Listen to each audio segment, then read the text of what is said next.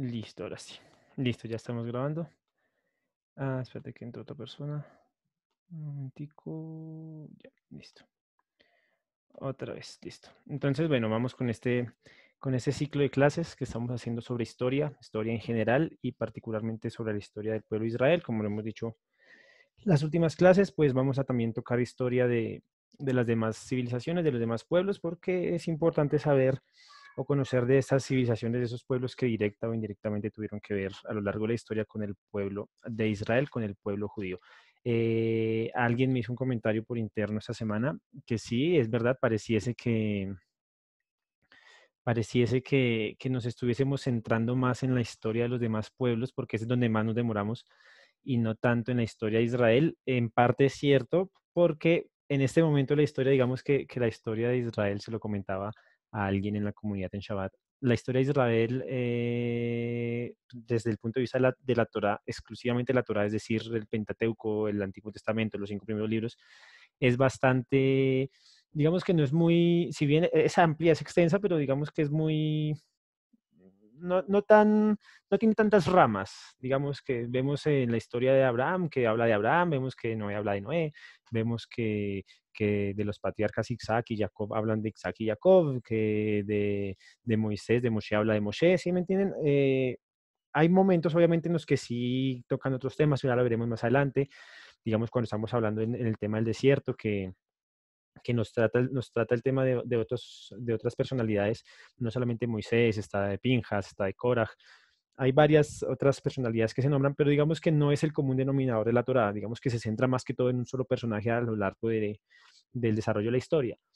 Por eso se nos hace más corto el tema de la historia de Israel en este momento. Ya más adelante, cuando empecemos a ver la parte del Tanaj, que no es o sea, la parte del Tanaj que no es Torá, que es decir, los profetas y los escritos, y cuando veamos toda esa parte del Tanakh de la historia, ya vamos a ver que es un poquito más extensa, va a ser un poquito más densa, no va a ser tan sencilla como la Torá, ¿ok? Como para tener ese asunto ahí claro.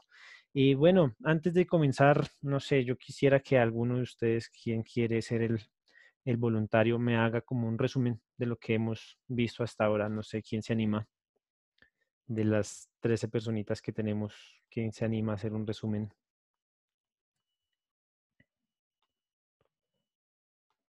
¿No? ¿Ninguno? Ok, no hay lío. Hagamos entonces el resumen nosotros así rápido. Hace 8 días hablamos sobre Egipto, sobre toda la primera fase del Imperio Egipcio, lo que se llamó el Antiguo y Medio Imperio Egipcio. Hablamos también sobre pues, todo el desarrollo de Egipto desde el nacimiento de la civilización hasta el colapso por las invasiones de los Hicsos y cómo lograron los reyes de Tebas, la ciudad de Tebas en Egipto, expulsar a los Hicsos otra vez, desaparecerlos de la historia y establecer, digamos, un nuevo imperio, sí, un nuevo imperio, un nuevo reino egipcio unido. Acordémonos que habían reino en el norte y reino en el sur, digamos que para el año 1500 aproximadamente, que es donde los historiadores dicen o comentan que inicia el nuevo imperio egipcio, digamos que hasta ahí vimos, ese día también vimos la historia sobre todo el recorrido de José, de Joseph en Egipto, cómo fue de su época de esclavitud, cómo fue el reencuentro con sus hermanos y cómo los hijos de Israel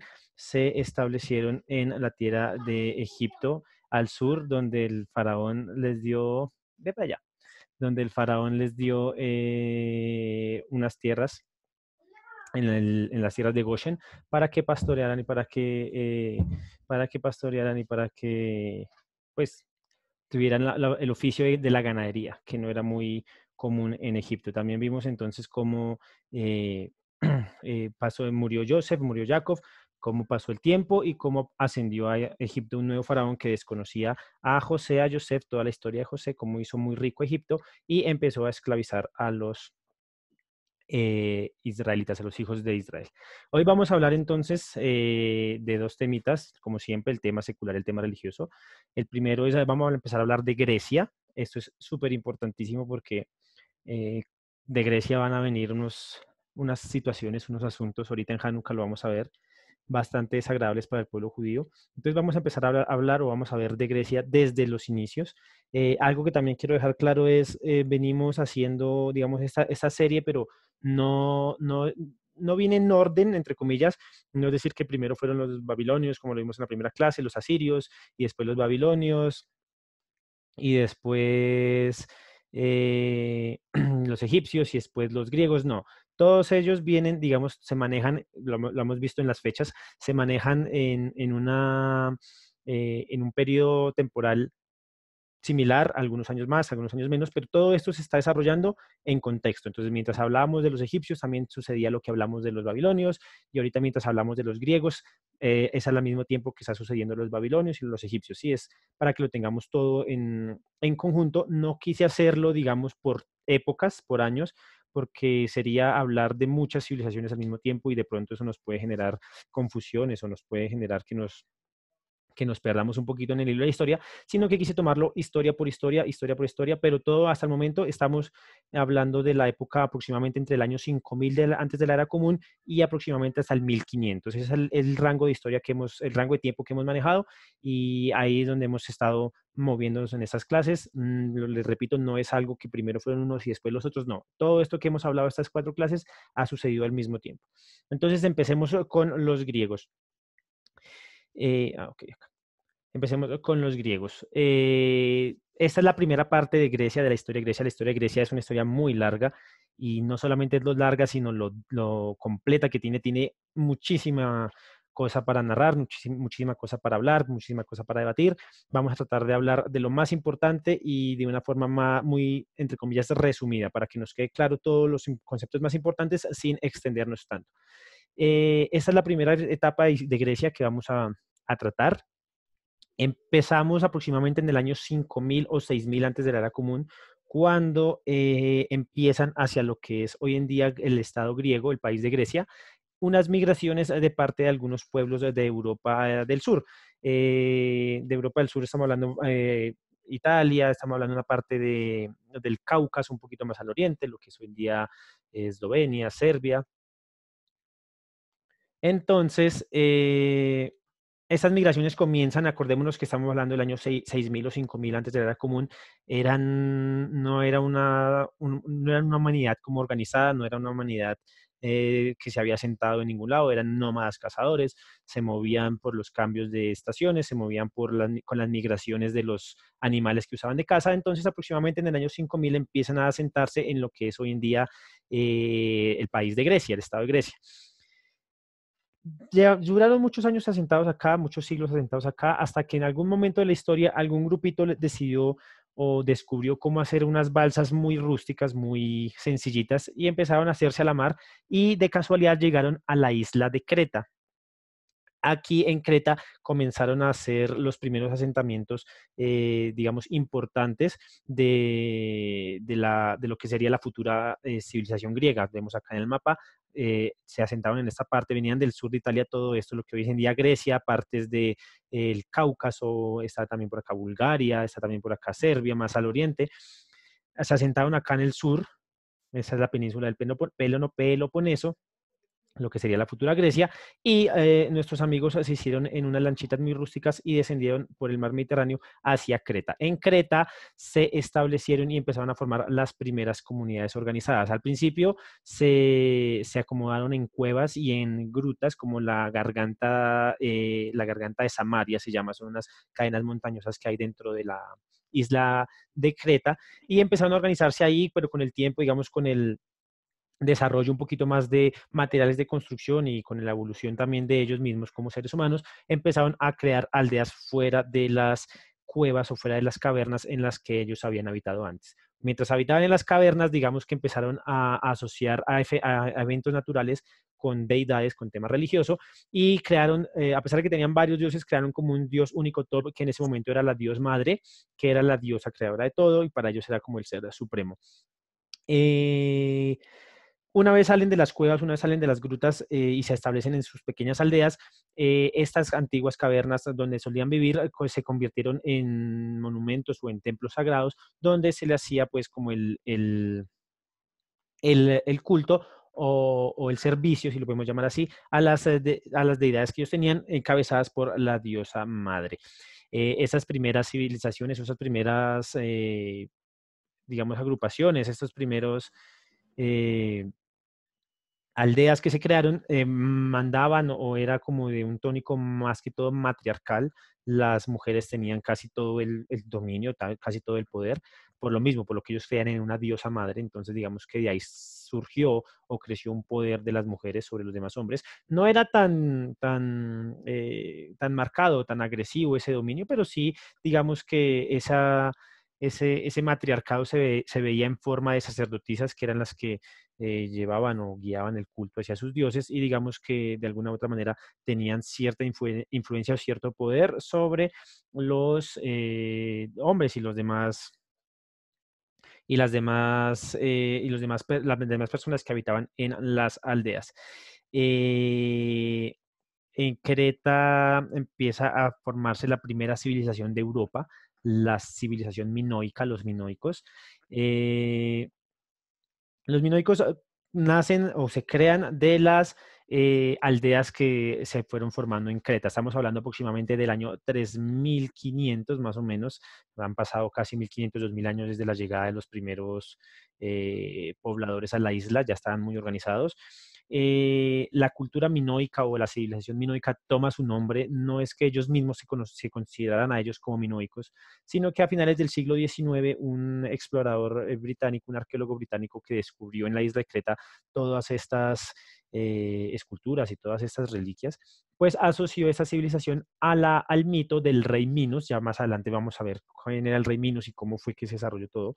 El mito habla de que el rey Minos era el rey de Creta, es una parte de la mitología griega. Entonces él lo asocia a los habitantes de Creta y por eso se bautiza o se conoce a los habitantes y a los reinos y en general a la civilización de Creta con el nombre de la civilización minoica.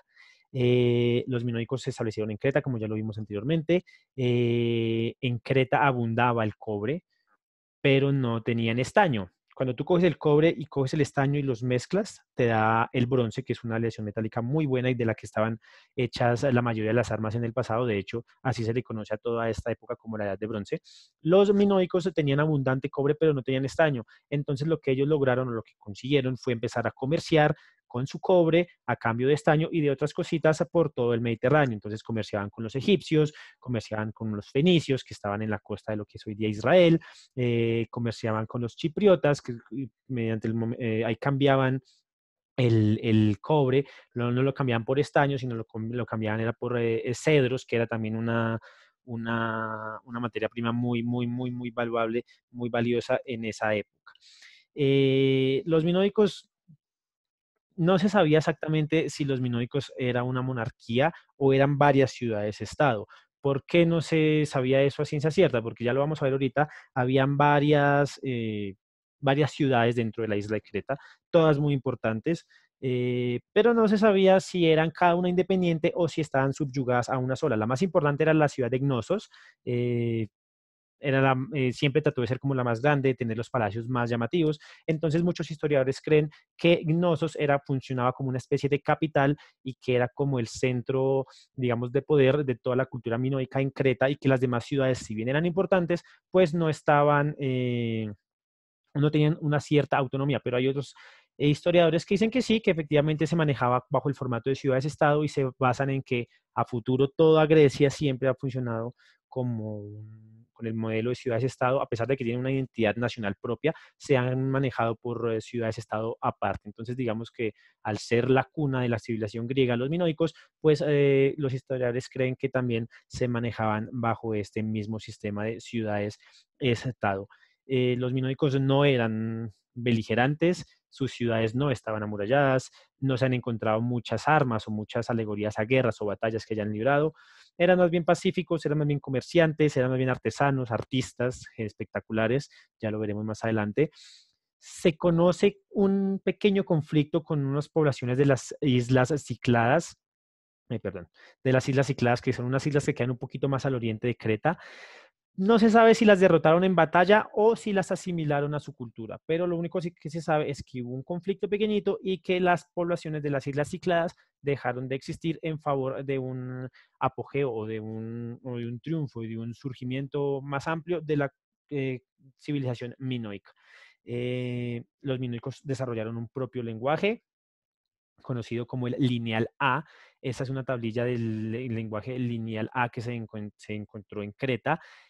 No se ha descifrado aún, no se tiene la menor idea de qué es lo que dice ahí, nadie ha podido descifrarlo. Es como el primer idioma que manejaron los minoicos en la isla de Creta. Y aparte de este lenguaje del lineal A, también, ay, me faltó acá una imagen, perdón, se me pasó acá una imagen, manejaban una especie de jeroglíficos cretenses. Acá venía una imagen, se las quedo viendo, de un disco que se llamaba el disco de Festos, que ese sí lo lograron traducir, esos jeroglíficos, pero que no era nada importante, era más que todo, contenía asuntos como contables, si lo podemos decir así, como la contabilidad de algún comerciante o alguna situación de esas, entonces digamos que no generaba, no sé por qué acá no salió la foto, no generaba mayor importancia, pero el lenguaje principal o lo principalmente de la manera que se comunicaban y que escribían era con el lineal A. No se ha descifrado, no se sabe qué dice, no se sabe cómo traducirlo hasta los días de hoy. Hubo varias ciudades, lástima que ese mapita está un poquito eh, borroso. Hubo varias ciudades, primero el pueblo de Plaicastro, acá, y el pueblo de Malía, que fueron los primeros pueblos, los primeros puertos, perdón, que tuvo la isla de Creta. Después vino el pueblo de Sacro, y por último la ciudad de Gnosos, casi en la mitad de la isla, que fue la más importante, que fue como la más, sí, la que más relevancia tuvo. Más adelante llegó la ciudad de Festos, también acá en Pastos, es la ciudad de Festos, que también a futuro tendría muy importante, pero que no, digamos que ninguna de esas ciudades le quitaría o le restaría importancia a la ciudad de Gnosos, que fungió en la práctica como una capital de un solo imperio unido y no como ciudades-estado. Aproximadamente en el año 2000, antes de la Edad Común, comenzaron lo que se llaman, o los historiadores llaman, la época de los palacios. Fueron grandes construcciones en todas las ciudades de la isla de Creta. Hubo un aumento de la calidad de vida, entonces como hubo un aumento de calidad de vida y eso generó que hubiese un aumento en la población, entonces hubo mejoras en la construcción y las ciudades se volvieron mucho más grandes y la ganadería y la agricultura y el arte como que florecieron. Entonces, esto generó que, digamos, que la civilización cretense o la civilización minoica, pues creciera abundantemente. Tenemos acá en la primera imagen lo que son las ruinas del Palacio de Gnosos. Tenemos también acá una imagen de una representación de cómo era el Palacio de Festo y de cómo era el Palacio de Malía, actualmente, pues las ruinas en la isla de Creta. Como vimos anteriormente, era un pueblo que se dedicaba exclusivamente al comercio, a las artes, no eran muy belicosos, no es que tuviesen tampoco pues muchas amenazas, eran una isla en la mitad del Mediterráneo, no conocían mucho del mundo moderno, y el mundo moderno en esa época pues tampoco tenía muchos conocimientos sobre navegación. Recordemos que Creta no queda como una especie de mitad en el Mediterráneo, no queda muy cerca de ninguna costa, entonces tal vez las demás civilizaciones, los egipcios y los habitantes de Mesopotamia, y de lo que es actualmente Israel, pues no se atrevían a largas expediciones militares a través del Mediterráneo, sino que solamente se eh, mantenían en una navegación exclusivamente comercial. También se construyeron santuarios muy importantes en la isla de Creta, todos dedicados a la diosa madre, que era su principal deidad, que era como la diosa principal de todo el panteón cretense. Estos santuarios se construyeron en las antiguas cuevas donde habían habitado las demás personas y en las cimas de las montañas, obviamente todo haciendo alegoría como a estar más cerca del cielo donde se creía que estaban los dioses. El principal templo que construyeron los cretenses es el que vemos acá en la imagen, el templo de Anemospilia. Se cree, es cerca de la capital actual de Creta. Se cree que este templo fue destruido por un terremoto. Vamos a ver más adelante que esta zona siempre ha sido sacudida y siempre ha sido azotada por terremotos. sido como fue principal enemigo de la civilización minoica durante muchos siglos. Este templo se cree que fue destruido por un terremoto y dentro de él se encontraron tres cuerpos, dos cuerpos de dos jóvenes asesinados con dagas y el cuerpo de un joven maniatado encima de no sé, de una pila de piedras. Entonces se cree que en Creta se realizaban sacrificios humanos durante la mayor parte de la época. Más adelante van a ser cambiados por sacrificios animales a los dioses, porque como ya lo veremos más adelante, pues la mitología griega nos comenta sobre alguna clase de sacrificios humanos que ya más adelante los veremos, pero que no tenían nada que ver con los dioses. Como lo dije anteriormente, florecieron enormemente en respecto al arte, a las pinturas, a los mosaicos, a las esculturas que realizaban. Podemos ver acá abajo la famosa cerámica de Camares, que son unas piezas arqueológicas sumamente bellísimas para la época. Tienen un trabajo bastante tallado. Se mostraba una habilidad muy enorme al momento de hacer esto. O sea, estamos hablando del año 3000, 2000 antes de la Edad Común. Era bastante complejo y como hemos visto en las demás civilizaciones, digamos que más allá de los hermosos murales y de las estatuas y los templos enormes que han hecho, digamos que esta clase de arte, esta clase de vasijas, pues no tenían comparación las vasijas cretenses o el arte cretense con las demás civilizaciones. Esto fue, digamos que lo más importante, digamos, en lo que más se resaltaban la civilización minoica aquí en Creta. Los minoicos trataron, siguiendo el ejemplo de sus pares babilónicos y de sus pares egipcios, trataron de expandirse por el mar. Algunos llegaron a la isla de Carpatos, otros llegaron a la isla de Rodas, trataron de llegar al occidente a la isla de Citera, acá abajito del Peloponeso, y bueno, muchos historiadores creen que llegaron incluso muy al oriente hasta la que conoce la ciudad de Mileto, en Anatolia, lo que hoy es en día Turquía. ¿Por qué no avanzaron mucho más territorio? En el mar era complicado, ya lo hablamos. Si bien eran astutos navegantes y tenían, digamos, muchos avances con respecto a la navegación y el comercio marítimo, no estaban pues lo suficientemente avanzados como para poder, vemos acá en el mapa que esta parte del mundo acá al sur de Europa, en Grecia, es muchas islas. Entonces, digamos que no tenían la forma o no tenían, digamos, la capacidad de recorrer tanto mar a tantas islas de alguna manera, de una forma segura. Digamos que esos tres lugares, Carpatos, Citera y Rodas, fueron las tres únicas islas a donde alcanzaron a llegar. Y ya en tierra firme, en el continente de Asia, en Anatolia, llegaban a fundar, pues no a fundar, sino a lo que sería la ciudad de Mileto, pero no pudieron seguir expandiéndose por el oriente porque Anatolia, lo que son ya parte de Turquía, todo ese sector de Asia Menor, estaba llena de otros pueblos conocidos como los lubitas y los palaitas, que a futuro iban a ser digamos, serían los antecesores de los hititas, que ya hablaremos más adelante sobre la civilización hitita. Esta fue como la máxima expansión que lograron los minoicos. Digamos que no estaban tampoco tan interesados o no era su principal objetivo el llegar a muchos lugares. Era más bien, eh, no eran belicosos, no tenían esa intención de expandirse. Al mismo tiempo, en la parte continental de Grecia empezaron a surgir otros dos pueblos, si lo podemos llamar así, que al final atendían una incidencia muy importante en la cultura griega, de los cuales ya hablaremos más adelante. Vamos a hablar un poquitico aquí ahorita sobre ellos. Bajan del sur de Europa, llegan a la parte de la Grecia continental, los primeros, los dorios, que se van a quedar en esta parte casi como en la mitad de lo que es Grecia, y más abajitos los micénicos en el Peloponeso, donde tendrían su principal ciudad llamada Micenas. De ahí viene el nombre de la civilización micena.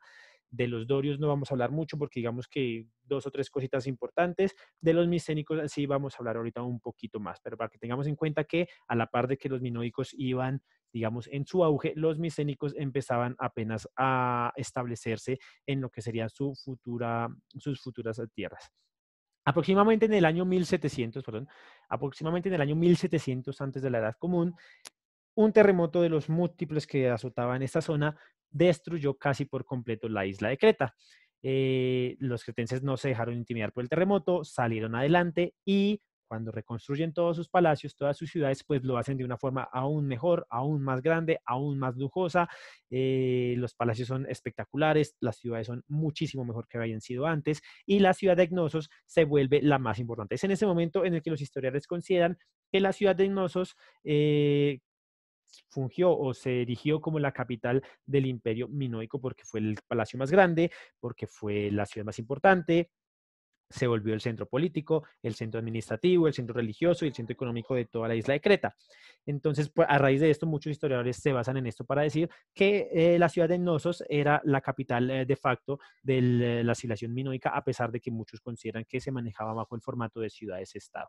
El palacio de Knossos era espectacularmente grande, tenía lugares para reuniones políticas, tenía lugares para sacrificios de animales, acá ya empezamos a ver el cambio de sacrificios humanos por el sacrificio animal, tenía lujosas salones con artesanías, con pinturas, con esculturas, tenía patios donde, algo muy importante, se desarrollaban ciertos deportes y espectáculos taurinos como el salto del toro, en el cual pues obviamente un toro se dirigía hacia la persona y la persona jugaba a saltar al toro. Ese era, digamos, un deporte muy famoso en Creta. Y el otro era la taurocatapsia, que era una especie de rodeo con los toros, no de saltarlos, sino una especie de corrida de toros sin hacerle daño al toro y también, digamos, sin toda la indumentaria que vemos en los toreros que vienen hoy en día, que eso ya es más costumbre española.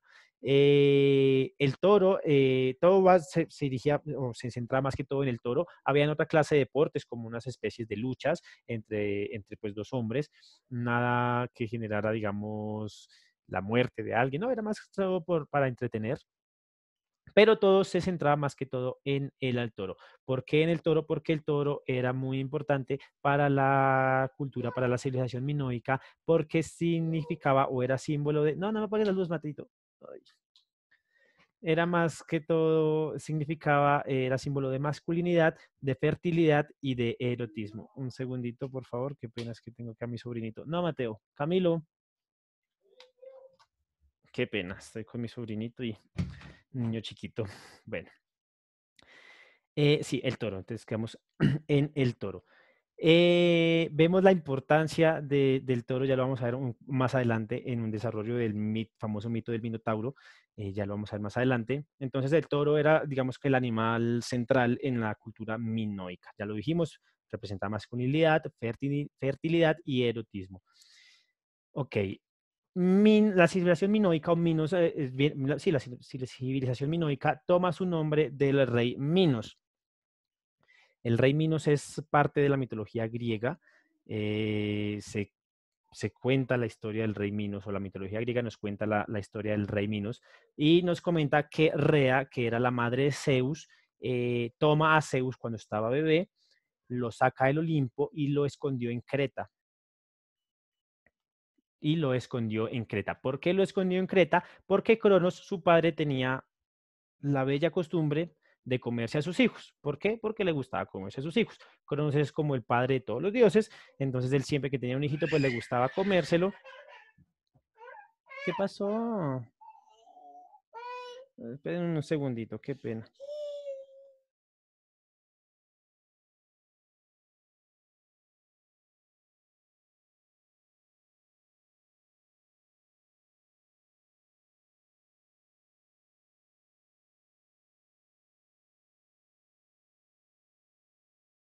Ok, ya volví, qué pena, es que estoy con mi sobrino y pues se pegó aquí con una puertica, pero ya solucionado. Volvemos. Entonces, volvemos entonces, Rea saca a Zeus del Olimpo, escondiéndolo de Cronos, que tenía la mala costumbre de comerse a sus hijos. Rea se esconde a Zeus en la isla de Creta. Aquí en Creta, Zeus es criado por varias ninfas y por varias cabras, y cuando fue adulto, fue creciendo, raptó a una princesa fenicia que se llama Europa, y digamos que la tomó para sí, se disfrazó Zeus de toro, se hizo pasar por un toro, raptó a Europa y pues digamos que se casó de alguna manera con ella. Tuvo tres hijos con Europa, Zeus y Europa tuvieron tres hijos. El primero fue Serpedón, el segundo fue Radamantis y el tercero fue Minos. Esos fueron los tres hijos de Europa, la princesa Fenicia, con el rey Zeus. La historia nos cuenta entonces, o la mitología griega nos cuenta que Zeus abandona a Europa y el rey Asterión de Creta se casa con ella y se hace cargo de los nenes, de los tres nenecitos que tenía Europa, de Sarpedón, Radamantis y de Minos. Pasa el tiempo, los tres hermanos crecen y se cuenta, la leyenda nos cuenta que Minos destierra a su hermano Sarpedón. Hay dos teorías del por qué desterró a Sarpedón de Creta. La primera es que Sarpedón se rebela contra su padrastro Asterión en Creta, quiere usurparle el trono y Minos y Radamantis se dan cuenta de esto y entre ambos expulsan a Sarpedón y lo echan lejos de la isla de Creta. La segunda teoría o la que más apoyo tiene no de los historiadores tanto, sino digamos la que más fuerza tiene dentro de la mitología griega, es que los tres, Sarpedón, Radamantis y Minos, se enamoran de un muchacho. Sí, de un muchacho, de un hombrecito. Ambos, los tres eran hombres y se enamoraron de un hombre. Allá en Grecia eso era muy común, que a los hombres les gustaran los otros hombres. Los tres hijos de Zeus se enamoran de un muchacho. Este muchacho se llamaría Mileto, pero Mileto tiene preferencia por Sarpedón en lugar de sus otros dos hermanos. A Minos esto no le gusta mucho y para vengarse de eso, entonces batalla o combate contra Sarpedón y contra Mileto, los logra expulsar o no los expulsa, ellos escapan de la isla y se dirigen hacia las tierras o hacia el territorio de Licia, donde reinan. Licia es Asia Menor, es Anatolia, lo que es hoy en día Turquía. Aquí reinan los dos, la pareja de Sarpedón con Mileto, y Mileto funda una ciudad que llevaría su mismo nombre, la ciudad de Mileto. Más adelante tal vez toquemos el tema de la ciudad de Mileto. Lo más relevante de la ciudad es pues este famosísimo griego que dio la ciudad, Tales de Mileto. Eh, Después de esa situación, entonces Radamantis se hace cargo de la legislación de la isla y Minos funge como rey de la misma. Ambos, Radamantis y Minos, se reunían con Zeus, su padre, una vez cada 9 años para que Zeus les dictaminara leyes y les dictaminara temas de sabiduría, temas de costumbres, temas de cultura para el florecimiento de la isla de Creta. La mitología griega nos cuenta que el reinado de Minos fue un reinado espectacular, pero llega un momento en el que hay una duda, no se sabe si hubo un solo Minos o hubo dos Minos. Algunos creen que hubo dos Minos. Minos primero, que fue como el hijo directo de Zeus, hermano de Radamantis, que reinó con su hermano Radamantis, y que tuvo un hijo llamado Licastos, y que Licastos tuvo a un hijo, es decir, nieto de Minos, que se llamaría Minos II, que dicen que fue totalmente malo, totalmente opresivo. Algunos consideran que no hubo dos Minos, sino que solamente hubo un Minos y que fue el mismo. Este Minos, bien sea Minos el malo o el único Minos que existió, depende, como hay varias corrientes, digamos que no hay una verdad absoluta de esto, generó lo que conocemos como el mito del Minotauro.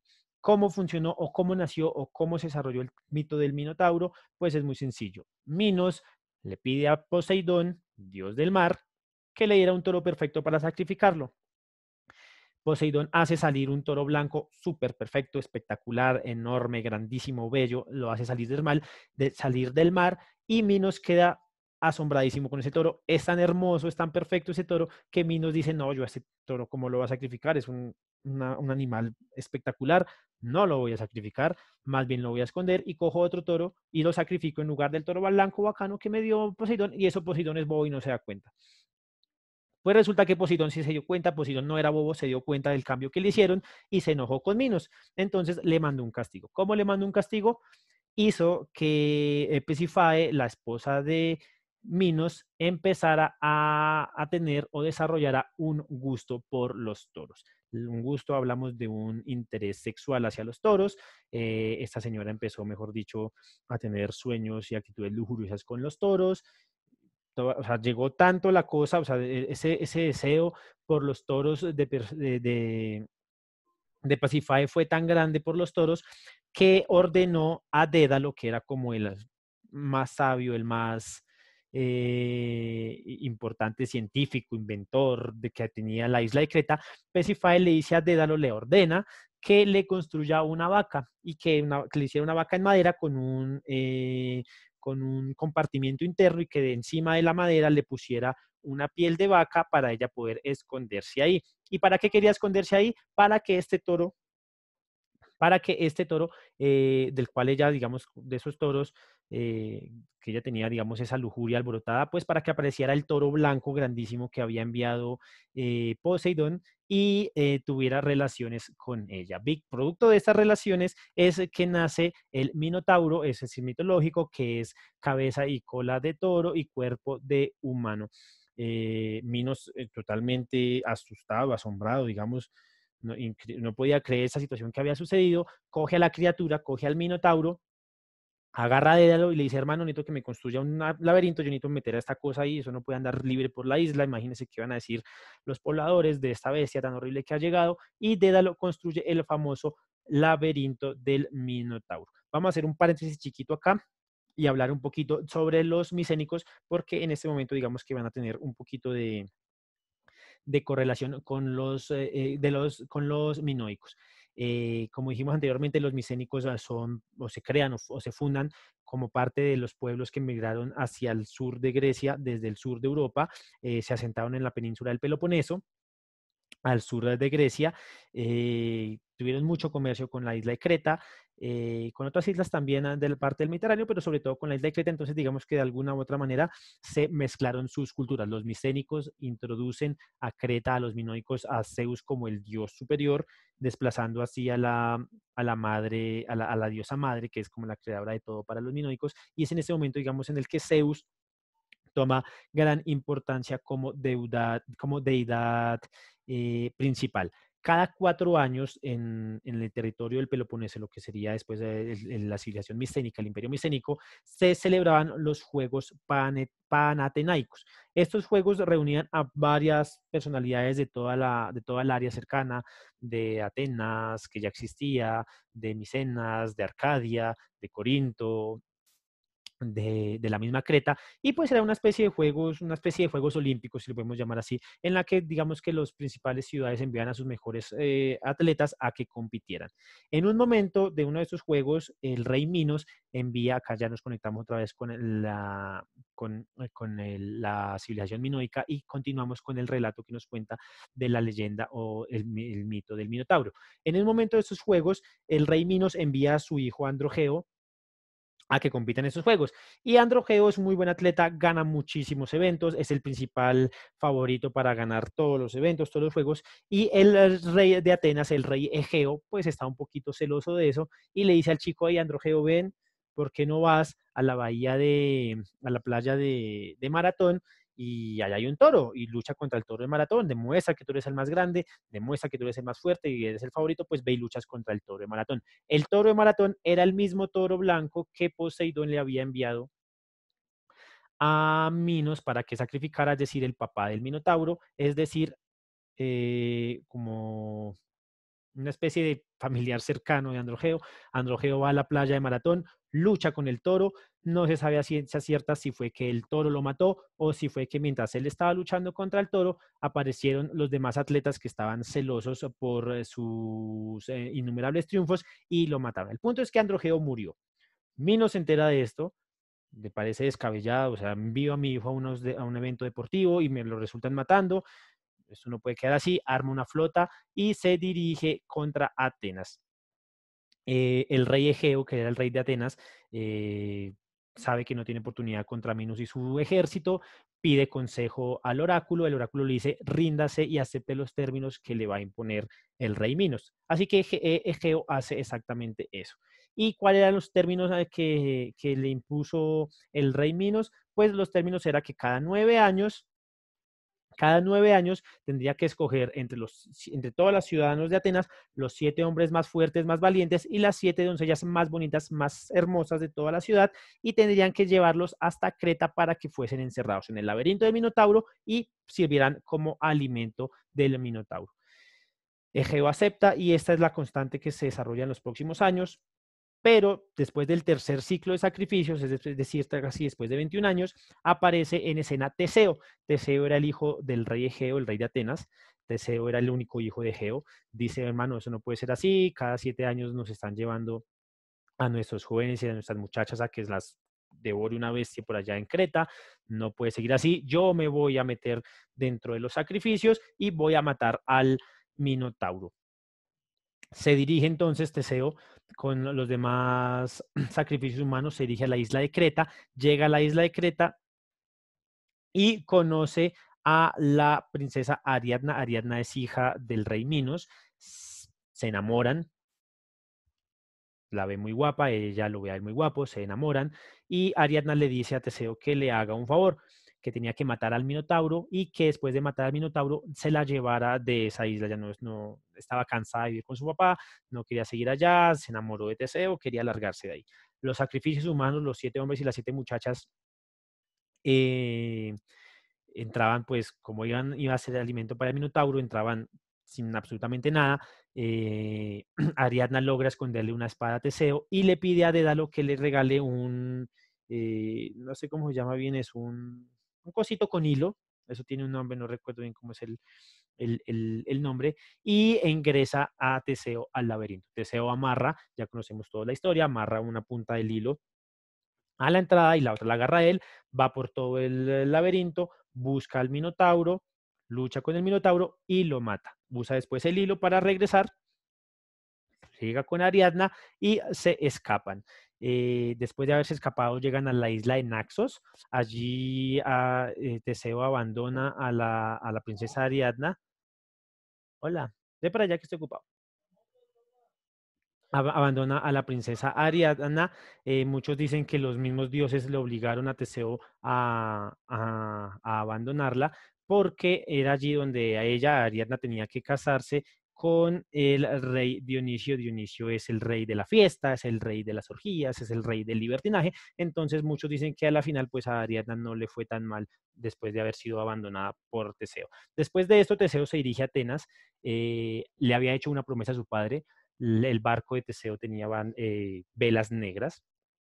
Y le dijo a su padre que cuando el barco estuviera regresando de Creta, si estaban las velas negras, significaba que Teseo no había podido vencer al Minotauro y que había muerto.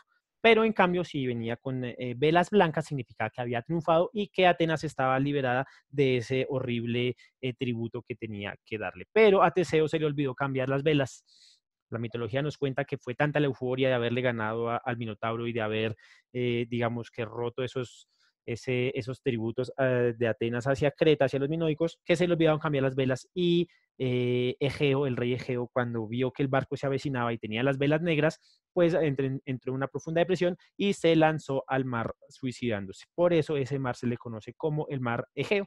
Y como el rey Egeo se mató, Teseo llegó y reinó sobre Atenas. Paralelamente, el rey Minos estaba muy molesto con Dédalo por haberle dado el hilo a su hija Ariadna para que se la diera a Teseo y matara al Minotauro.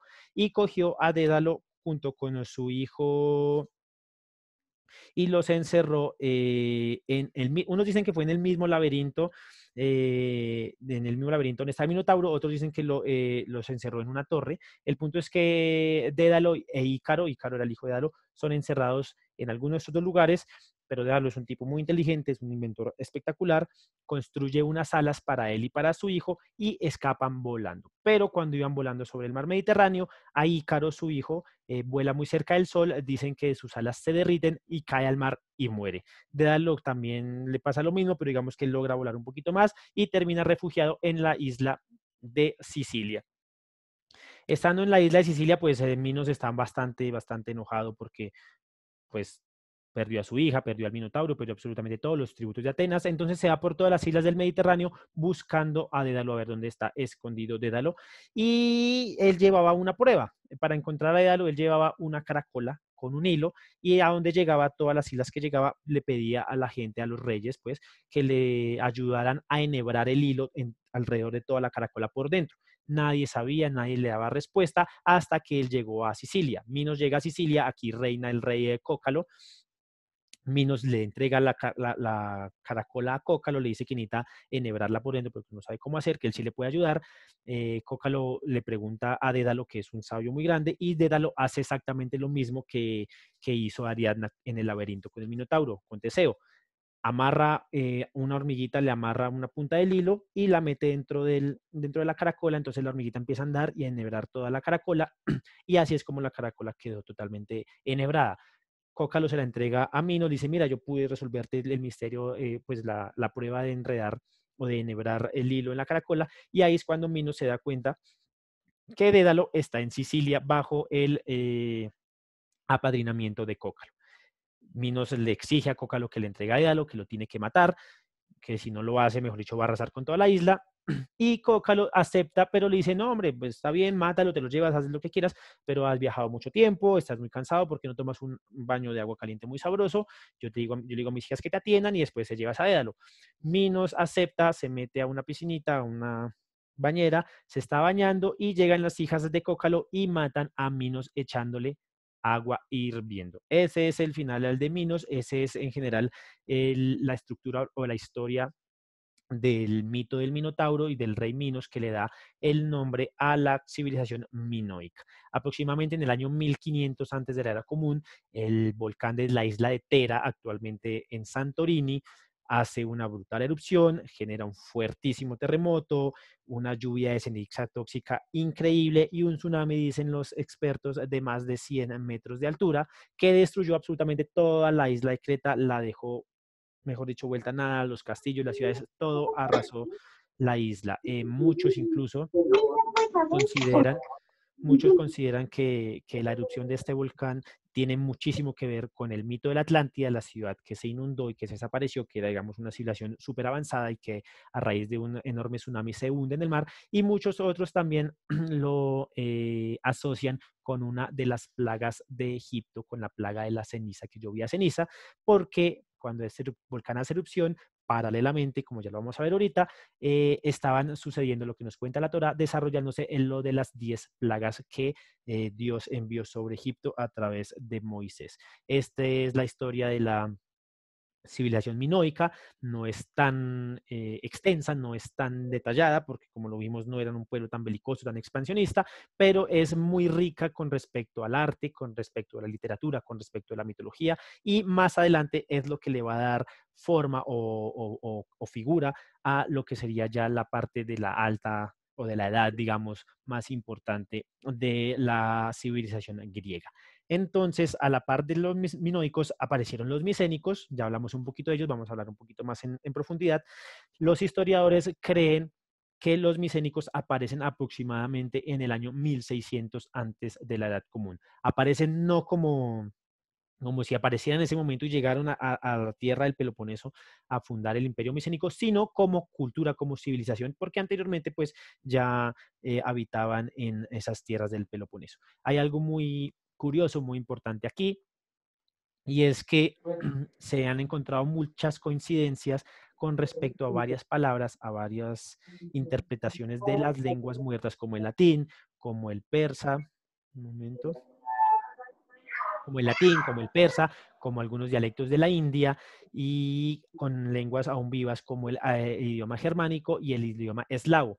¿Esto qué quiere decir? Pues se cree que o hubo un pueblo o hubo una civilización ancestral que son llamadas los proto-indoeuropeos, que digamos fueron los padres o fueron el pueblo que generó o que desarrolló el idioma que actualmente se habla en algunos lugares y que en cierto momento se habló en la mayoría la mayor parte pues del mundo conocido.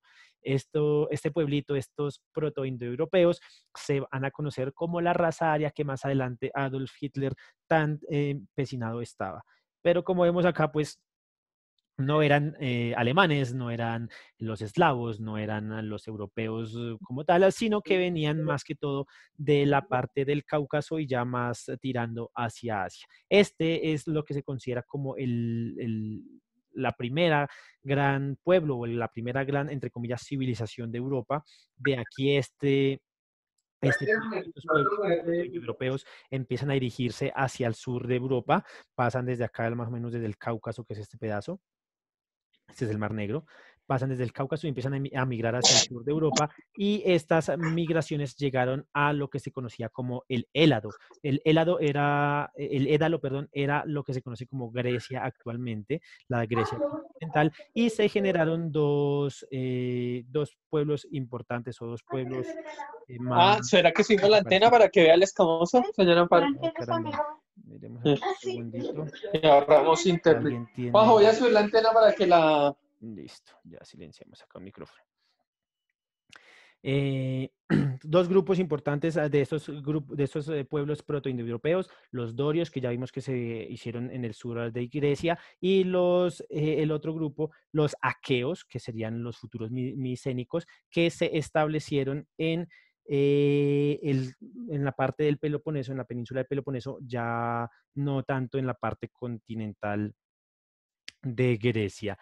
Eh, Algunos fueron también a Anatolia, que después algunos protoindoeuropeos también fueron a Anatolia, que ya después con el tiempo pues formarían el imperio hitita, la civilización hitita, que vamos a hablar más adelante.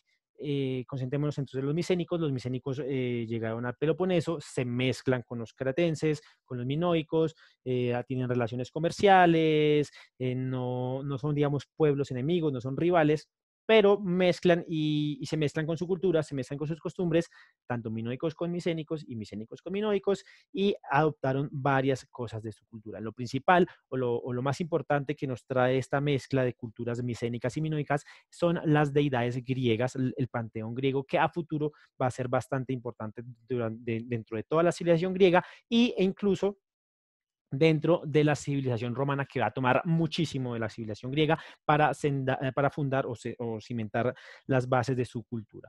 Los micénicos entonces adoptan nuevos dioses como Zeus, el dios de todos los dioses, el rey de los dioses, el rey del cielo y del trueno, como Hera, que es su esposa y hermana.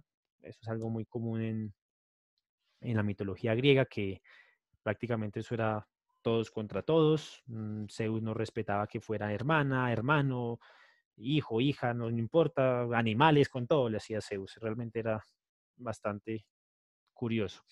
Eh, Tenemos a la diosa Atenea, diosa de la sabiduría, tenemos a la diosa de Demeter, que era la diosa de la agricultura, tenemos a la diosa Artemisa, que era la diosa de la caza, a Afrodita, que era la diosa de la reproducción, del amor, del deseo, tenemos también a Ares, que era el dios de la guerra, el dios de la violencia, tenemos a Hermes, que era el dios protector de los viajeros y también era como el mensajero entre los dioses, a Poseidón también, ay, acá se nos faltó una, bueno, no importa, a Poseidón, que era el dios del agua, a Hefesto, que era el dios de la forja, y a Apolo, que era el dios del sol. La mayoría vemos que habían muchas diosas, y es algo que no comparte las demás culturas en parte, como las culturas babilónicas o las culturas egipcias, que no tenían muchas diosas, que eran más que todo un tema patriarcal, si lo podemos llamar así, con respecto a las deidades, pero en los micénicos y en los minoicos, como génesis de la cultura griega, había mucha influencia de las mujeres, por lo mismo que vimos anteriormente de los minoicos, porque había una diosa madre que era fue la primera y la principal diosa de toda, digamos, de toda la creencia griega. Entonces, eso a futuro pues siguió teniendo mucha influencia y generó y desarrolló que hubiesen muchísimas diosas femeninas. Los micénicos, a diferencia de los minoicos, sí eran un poquito más belicosos, sí eran más guerreristas, sus ciudades eran amuralladas, manejaban mucho el bronce con respecto a la elaboración de armas. Se dice que la ciudad de Micenas, que fue la primera, y de aquí viene su nombre, de aquí da el nombre a la civilización micénica, se dice que fue creada o fue fundada por Perseo. Es una de las ciudades, es uno de los mitos que habla. Perseo, pues ya conocemos más o menos un poquito de Perseo con el tema de Medusa y toda la cosa, pero Micenas fue la principal ciudad de la civilización micénica. Acá vemos la Puerta de los Leones, que queda o que es como uno de los sitios arqueológicos que más abundan, que mejor se conservan actualmente de la civilización micénica. Hubo varias otras ciudades dentro de las ciudades micénicas. Está la ciudad de Tirinto, acá no está en el mapa, está más o menos acá abajito de Tebas, que es la ciudad de Heracles, o como los romanos lo conocen como Hércules. Tenemos la ciudad de Midea, también Micenas, perdón, Micenas acá. Tirinto, también tenemos la ciudad de Argos, más al centro del Peloponeso, la ciudad de Taigeto y la ciudad de Corinto. Actualmente, en ese momento no existían las ciudades como, como Esparta, todavía no habían surgido los espartanos, pero en Útica, sí había, en Ática, perdón, sí habían surgido la ciudad de Atenas, aunque en ese momento no tenía mayor relevancia. Esparta más adelante se fundaría en este sector que es conocido como Laconia, pero no aún, no todavía, ya veremos más adelante que los espartanos descienden de los dorios. Atenas fue fundada por unos jonios, los jonios son de acá en la parte oriental del mar Egeo, en Asia Menor, y bueno, esa era en general la distribución de las ciudades-estado de Micenas, igualmente como los minoicos. Micenas también se manejaba bajo un formato de ciudades-estado, con Micenas una especie de capital por ser la primera y la más importante. En la organización social de los micénicos se basaba en esa pirámide con un rey conocido como Guanax. Él era la figura más importante en el ámbito político, en el ámbito militar, en el ámbito religioso. Era enterrado en un lugar que se llamaba un tolos, que era una especie de mausoleo enorme, parecido a una especie de pirámide egipcia, pero digamos que no en forma de pirámide, sino en forma de templo. Después venían los funcionarios del palacio, una especie de aristócratas, los jefes del ejército, y también había un gobernantes locales que se reunían en un consejo llamado el Gerusia y el Pasireu, perdón, y el consejo de los ancianos que era conocido como Gerusia. El resto de los demás eran comerciantes, las mujeres se dedicaban a la confección de textiles con mucho lana y mucho lino que era importado de Egipto. Y por último, pues como en la mayoría de las civilizaciones, los esclavos que no tenían absolutamente ningún derecho y no tenían nada que digamos, no revestían gran importancia dentro de la cultura micénica. Los micénicos también, bueno, una vez pasado, sucedió lo del volcán de la isla de la isla de Santorini, que destruyó o que arrasó con la civilización minoica en Creta. Pues los micénicos, a pesar de que no eran rivales de los minoicos, aprovecharon esa situación y invadieron la isla. Se hicieron con el poder económico de todo el Mediterráneo, de todo el mar Egeo. Digamos que ahora eran los que mandaban la parada con respecto al comercio marítimo, y controlaron y subyugaron a los minoicos que quedaban en la isla de Creta. Esta mezcla aún más profunda generó que los micénicos adoptaran la lengua de los minoicos de Creta, la mezclaran con su propia lengua. Su propia lengua era una especie de protogriego, es decir, una especie de griego muy antiguo, y esta mezcla generó o dio como resultado el lenguaje lineal B. Es similar al lineal A de los minoicos, pero este es más completo porque tiene más influencia del protogriego que hablaban los micénicos, y este lenguaje lineal B sí se logró descifrar, sí se logró traducir. Entonces digamos que todos los escritos o toda la evidencia arqueológica que hay con este idioma, pues los arqueólogos y los historiadores han podido descifrarlos. Es el antepasado más cercano al griego, que se hablaría pues ya en la época helenística griega. Es digamos como el primer idioma conocido de los griegos, porque pues el lineal A se desconoce exactamente hoy bien cómo es o qué trataba de decir. El lineal B es como el primer idioma griego, si lo podemos llamar así, griego antiguo, del que se tiene registro y que se puede traducir, ¿no? A diferencia del lineal A, que no se pudo traducir. Aproximadamente entre el año 1425 y el año 1360 antes de la Edad Común, pues empiezan a haber unas revueltas de los ciudadanos de Creta contra los aqueos o micénicos. Van a encontrarlos a veces como aqueos o a veces como micénicos, son la misma paina. Empiezan a haber unas revueltas. Unos creen que son revueltas de los cretenses, otros creen que son una guerra total de los micénicos para exterminar por completo a los cretenses.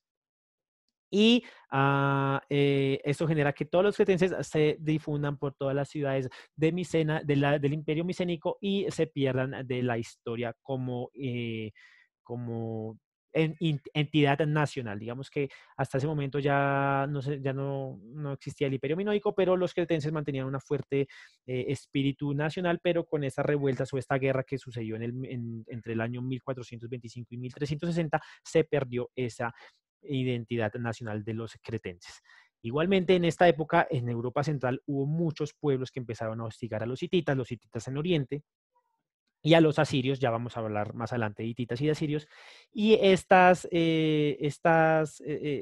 hostigamientos que empezó a haber contra los hititas y contra los asirios, que eran como una de las grandes potencias de la Mesopotamia, pues generó que el comercio fuese más complejo, generó la pérdida de Chipre, y con la Chipre se perdió el roble y se perdió los cedros de Chipre, perdón, y se empezó a perder parte del cobre, que también era muy importante para la fabricación de armas, para hacer bronce, y con la pérdida de Chipre, pues entonces los mares del Mediterráneo se volvieron bastante inseguros, el comercio ya no tenía, el comercio marítimo ya no tenía, digamos, ese nivel top de seguridad y de desarrollo que tuvo en la época minoica, porque ya era muy inseguro, había mucha piratería, había mucha vandalismo, y esto empezó a generar una escasez, unas hambrunas, invasiones masivas de otros territorios, y empezó a haber muchas guerras, y en este contexto, bajo este contexto, se da lo que se conoce como la Guerra de Troya.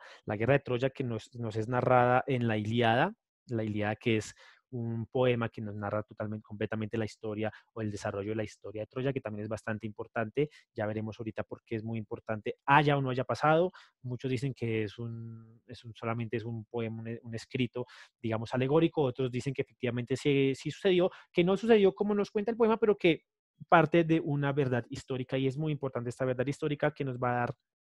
Esto va a dar pie a la disolución de la cultura o del imperio de la civilización micénica. En resumen, ya todos conocemos más o menos cómo es el asunto de la Guerra de Troya. El poema de la Ilíada nos cuenta que la guerra en Troya se produce por un lío de faldas, pero muchos historiadores creen que era más un tema como de aduanas, si lo podemos llamar así. La ciudad de Troya queda aquí en Asia Menor, en Anatolia, actualmente en Turquía, es la puerta a los Dardanelos. Los Dardanelos son ¿cómo llamarlo? Unas tierras, unas islitas, también hacen parte de una península que une el Mediterráneo a través del Egeo con el Mar Negro. El Mar Negro era muy importante en esa época para el comercio, tenía muchísimas materias primas, entonces Troya funcionaba o en Troya funcionaba como una especie de peaje a través de los Dardanelos, es esta pedacito acá chiquitico, para la entrada al Mar Negro. De hecho, era la única entrada al Mar Negro que había por vía marítima desde el Mar Egeo. Entonces, los troyanos funcionaban como una especie de peaje, como una especie de aduana, como que cobraban un dinero, unos impuestos o algún valor para el tránsito por los Dardanelos hacia el Mar Negro. Entonces, la historia nos cuenta que París, el hijo de Príamo, que era el rey de Troya, Héctor, perdón, con París, su hermano, ambos hijos de Príamo, se dirigieron a Troya a hablar perdón, ellos eran de Troya, se dirigieron a Grecia a hacer acuerdos comerciales con Menelao, que era el rey de Esparta. Esos acuerdos se basaban, pues, con el ingreso de algunos, no sé, algunas prebendas para los troyanos a cambio del tránsito de los griegos, si podemos llamarlos así, a través de los Dardanelos hacia el Mar Negro. Pero el poema nos cuenta que París, el menor de los dos hermanos, se enamoró y sedujo a Helena. Helena era la esposa de Menelao. Helena no quería estar con Menelao. Unos dicen que París la secuestró, otros dicen que la sedujo, y Helena se fue a Troya junto con París. Menelao, rey de Esparta, entra en cólera. Acá vemos digamos, una incongruencia de parte del poema. No se sabe, los historiadores creen que Esparta no existía en esa época, a pesar de que la Ilíada nos cuenta de que Menelao era el rey de Esparta. Entonces, lo que nos da a entender que la historia fue escrita muchísimos años después y que se incluyó el factor espartano como algo novedoso, algo tal vez incrementar el ego y hacer más alegoría al guerrero espartano, pero los historiadores que no creen que Menelao haya sido rey de Esparta, tal vez era rey de alguna de las ciudades pequeñas del Peloponeso, pero no de Esparta. En fin, la Ilíada nos cuenta que Menelao, rey de Esparta, va a buscar a su hermano Agamenón, que era el rey de Micenas, le comenta la situación y le pide que le ayude a ir por su esposa. Agamenón ve la oportunidad de someter a Troya, que en ese momento pues Micenas estaba en expansión, ve la oportunidad de someter a Troya, que es una ciudad bastante compleja, reúne una flota inmensa bajo bandera, digámoslo, griega, bajo ese espíritu nacional griego que ya más adelante vamos a ver en la siguiente etapa del imperio griego, de la civilización griega. Ya vamos a ver cómo está tan marcado ese espíritu nacional griego. Agarra una flota inmensa, reúne a todos los griegos y parte hacia Troya, acompañado por personajes como Aquiles, que era mejor dicho, el mejor guerrero de ese momento en el mundo. Aquiles va acompañado por su primo Patroclo, lo acompañan los Mirmidones, unos guerreros muy, muy letales que servían al mando, que luchaban al mando de Aquiles, que venían de una isla, los Mirmidones muy, muy hábiles guerreros, y varias otras personalidades entre las que se encuentra Odiseo, el rey de Ítaca. Los romanos no lo conocen como Odiseo, sino como Ulises, pero pues es el mismo personaje. Ya veremos que los romanos copiaron casi que el 99% de la cultura y de la civilización griega. Los griegos bajo el mando de Agamenón llegan a Troya, llegan a las costas del mar Egeo, desembarcan, estamos hablando en Asia Menor, en Anatolia, se dirigen a Troya. Troya es una ciudad amurallada muy, muy, muy fuerte, hay varias batallas a las afueras de Troya, pero los griegos no logran capturar o destruir al ejército troyano.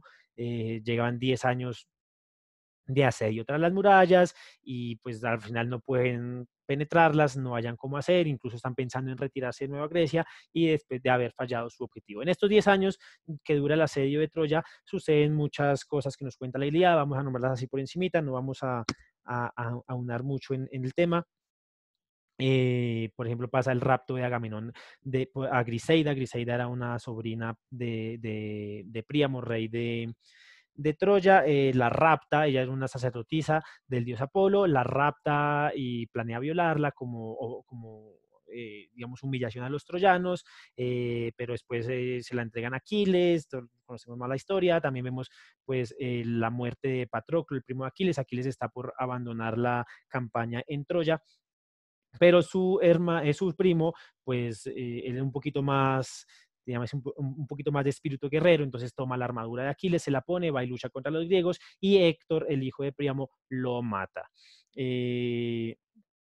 A raíz de esto, pues Aquiles va a las murallas de Troya, lucha con Héctor, mata a Héctor, que era como la cabeza visible del ejército troyano, y lo más importante de toda esta historia que nos narra la Ilíada es el famoso mito o escenario o etapa del caballo de Troya.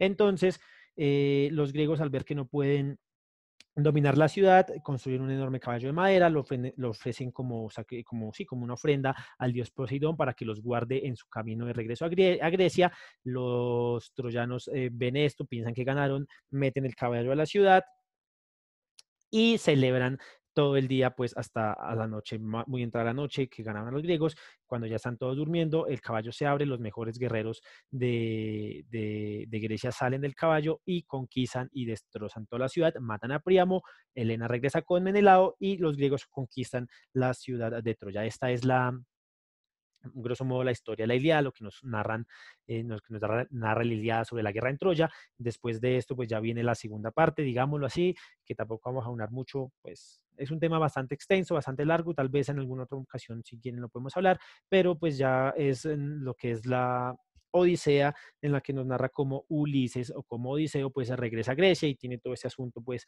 de Penélope y todo lo que nos narra pues los que leímos la Odisea, pero pues no es muy extenso y digamos que no es el momento para hablar de eso.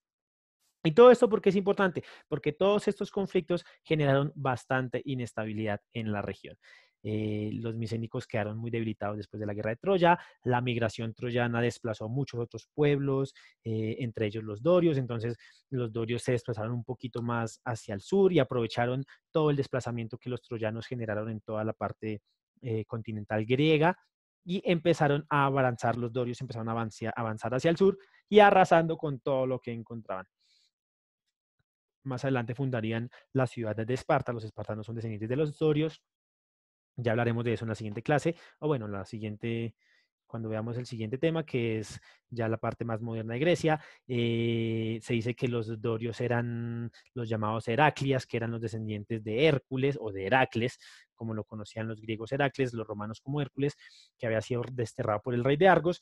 Y estos dorios eran mucho más avanzados que los micénicos, que habitaban en el Peloponeso. Ya conocían el hierro, ya habían avanzado, digamos, del bronce al hierro, entonces tenían muchas mejores armas, tenían mucha mejor infraestructura, mucha mejor aparato militar que los micénicos y empezaron a arrasar con todo lo que encontraron a su paso hacia el sur.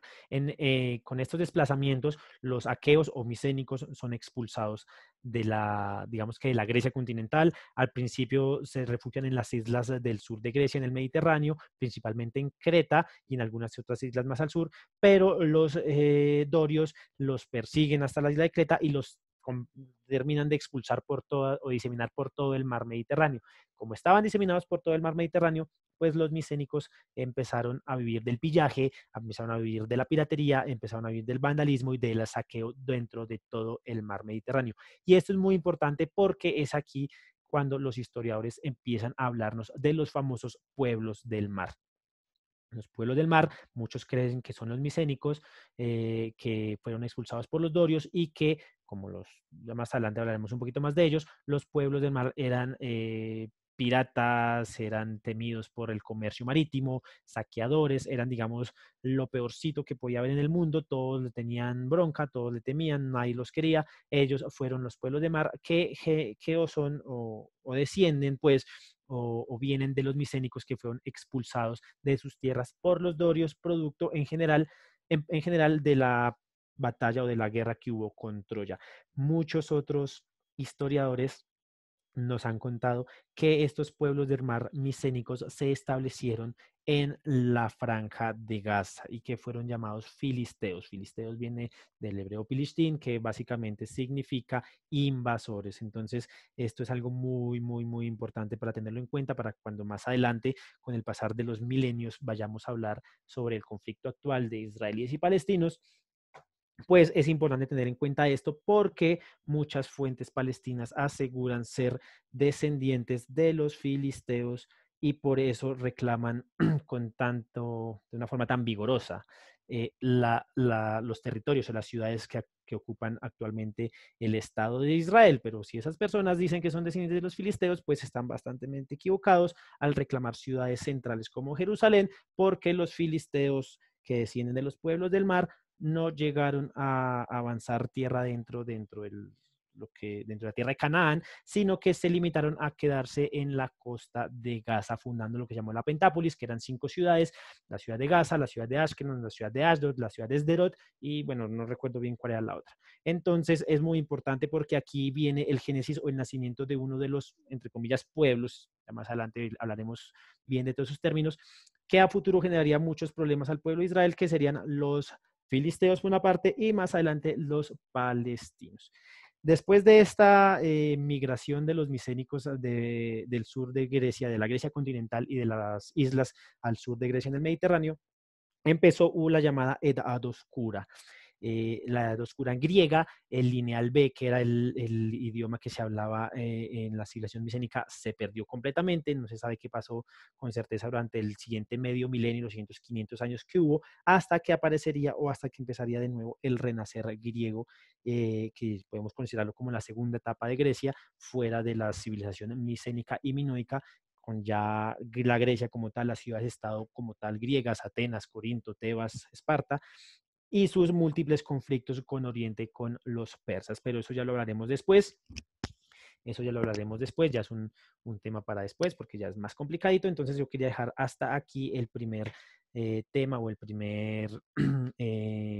la primera parte de la historia de la antigua Grecia. Entonces vamos a hablar rápidamente ahora sobre como hemos venido haciendo todas las clases, sobre lo que nos decía o qué sucedía al mismo tiempo con el pueblo judío, con el pueblo de Israel.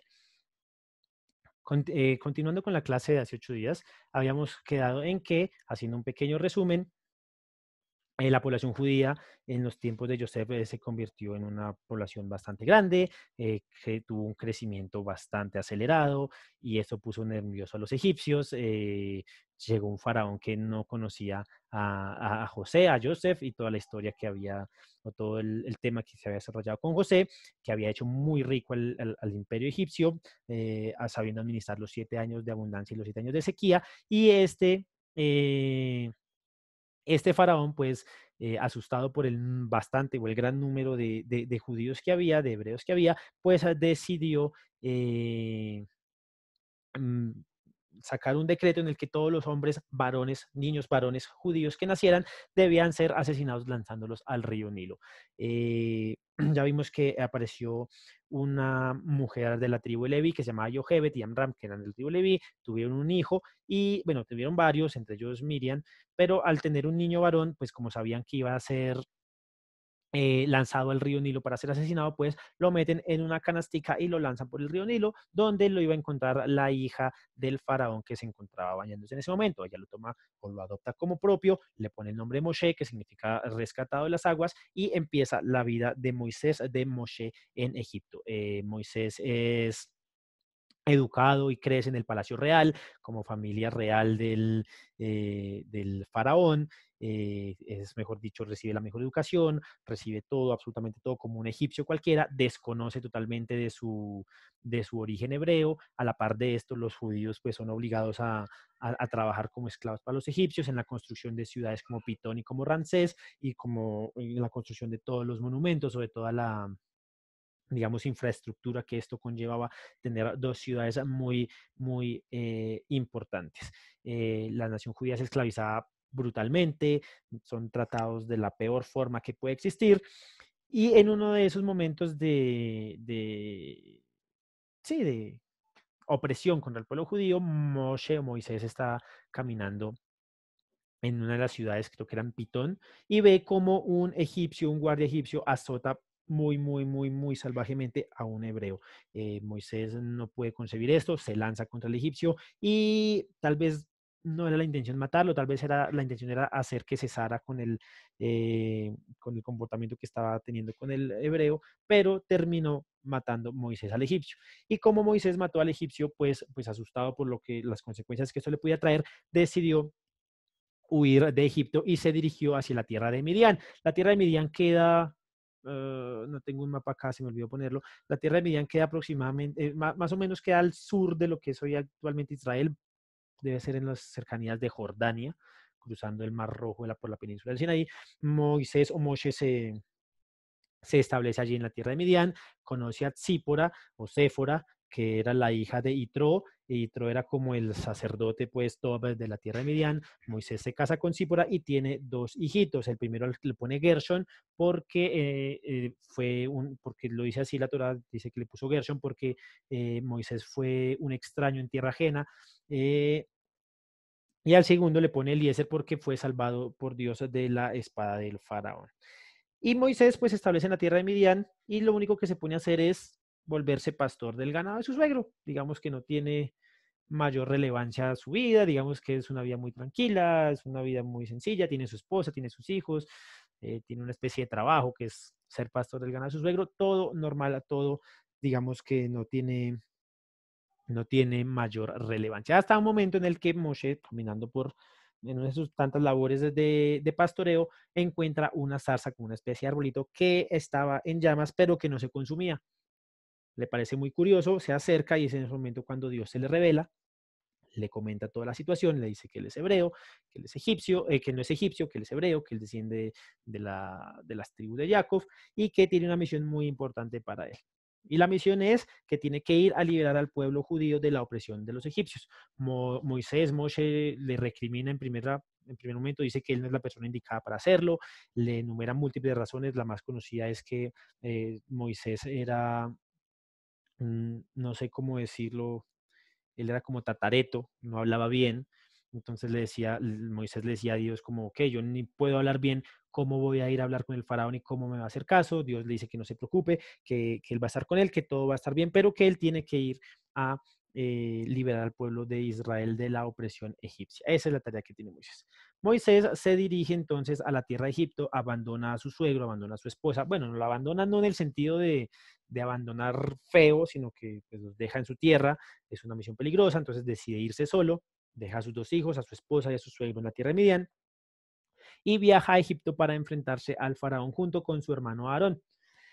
Cuando llegan con su hermano Aarón a donde el faraón, Moisés le dice al faraón que deje salir a mi pueblo, que es el pueblo de Dios, que tiene que dejarlo ir a la tierra de Canaán para que sirva allá, para servir allá a Dios, para servir allá a Hashem, tenía que liberarlo.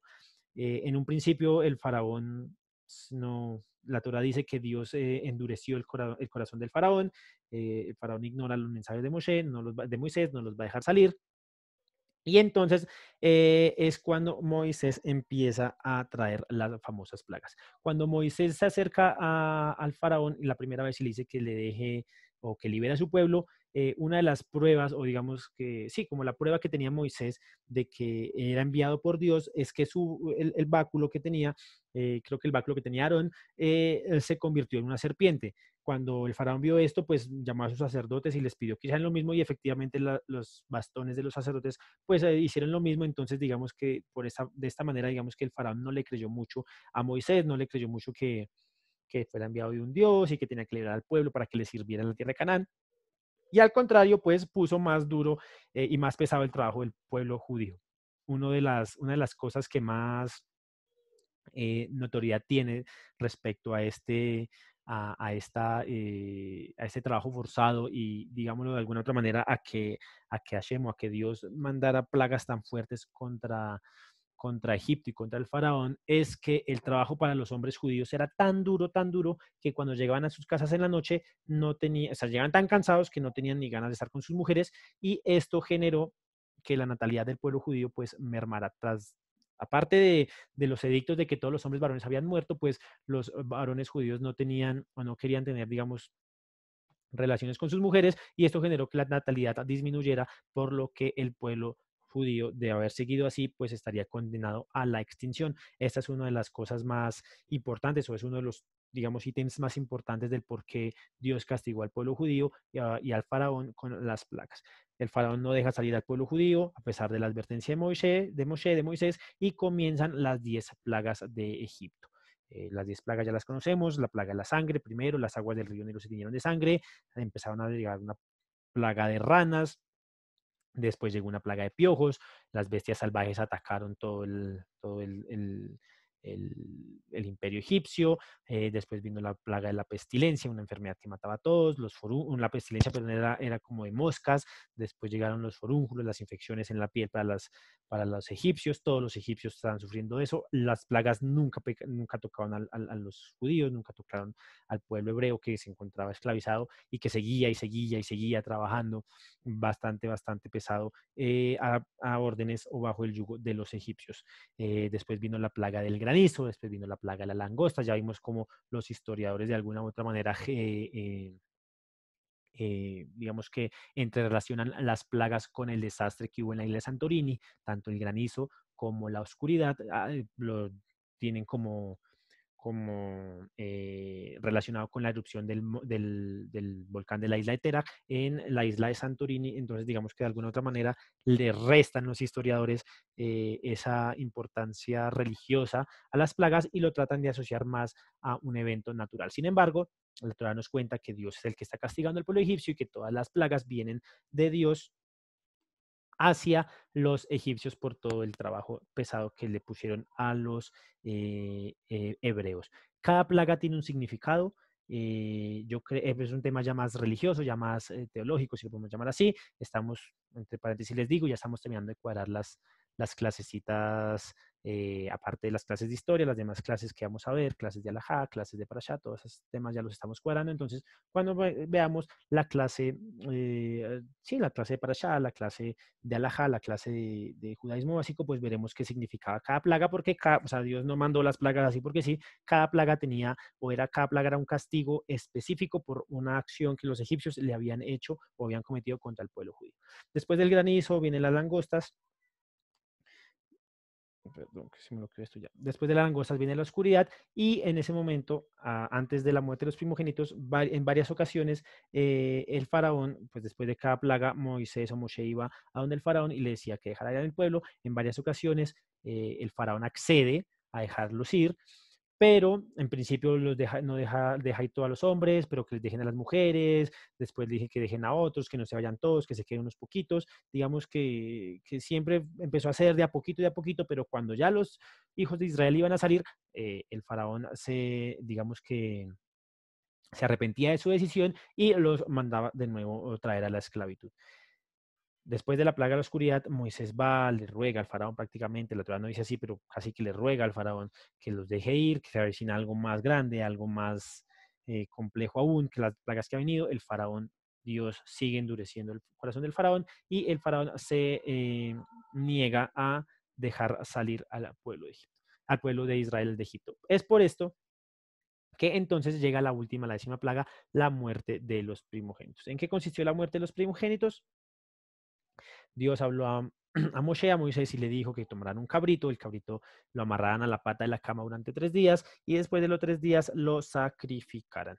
El cabrito era una deidad para Egipto, entonces digamos que también fue una especie de humillación con respecto a las demás, a las deidades que adoraban los egipcios, y un mensaje de Dios diciéndoles que él era el único Dios, que él era el único Dios que existía, que él estaba por encima de todo y que de esas deidades, digamos,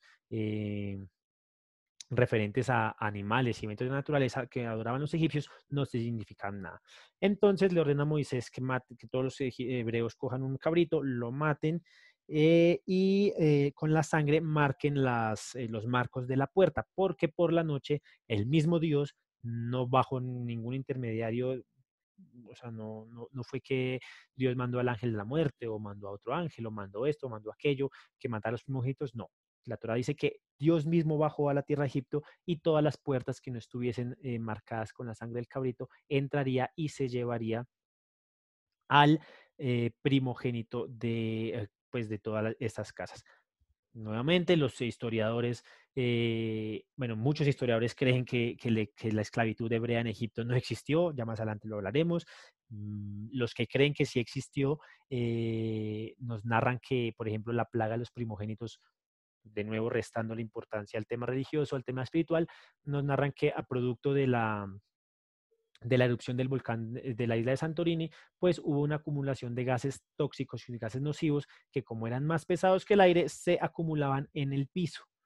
Y en esa época los que dormían en el piso eran los primogénitos de todas las casas, que eran como que tenían la mejor, ¿cómo decirlo? La mejor cama, la mejor dormida la tenían los primogénitos, los demás dormían como en unos banquitos altos de piedra, mientras que los primogénitos dormían en especies de colchones más suaves que la piedra en el piso, y que como esos gases nocivos eran más pesados que el aire y se mantenían en el piso a una altura muy alta, pues que cuando golpeó la tierra de Egipto se llevó a todos los que estaban a una altura muy bajita, que eran los primogénitos. Igualmente, les repito, esa es una de las opiniones de los historiadores.